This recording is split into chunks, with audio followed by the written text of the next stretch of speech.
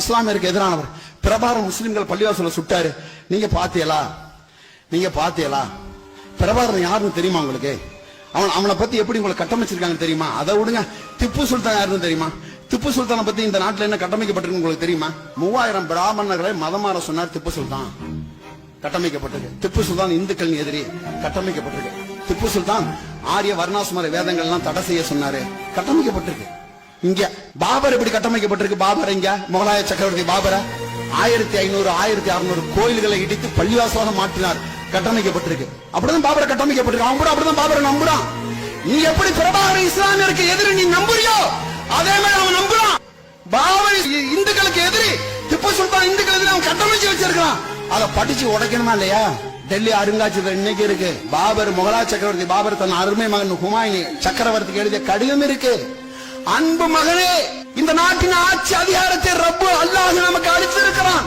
இந்த நாட்டில் பல்வேறுபட்ட இனங்கள் பல்வேறுபட்ட கடவுளை வழிபடக்கூடிய மக்கள் இருக்கிறார்கள். அவர்களுக்கு எந்த மத சேதாரமும் அவர்களுக்கு எந்த சேதாரம் இல்லாமல் நீங்கள் ஆள வேண்டும்.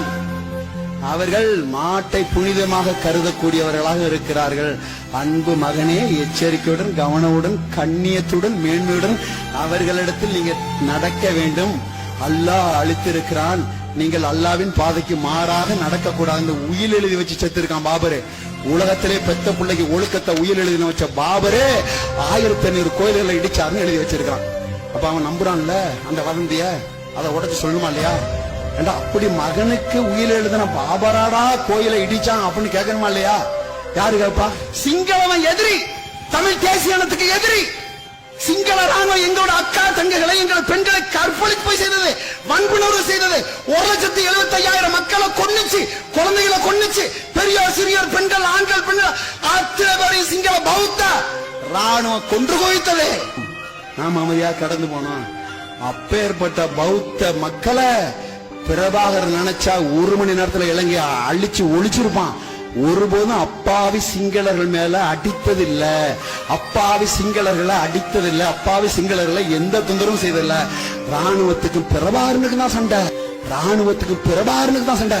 ஒருபோதும் அப்பாவி சிங்களர்களை அடிக்கல. அப்பாவி சிங்களர்களை அடிக்காத பிரபாகரனடா இஸ்லாமிய சமூகத்தின் எதிரி. காத்தாங்குடி பள்ளிவாசல சுட்டப்பட்ட செய்தியா சுட்டாங்க? யாரு சுட்டா? விடுதலை புலி உடைய போட்டு எவன் சுட்டான்? அதுக்குள்ள போகணுமா இல்லையா?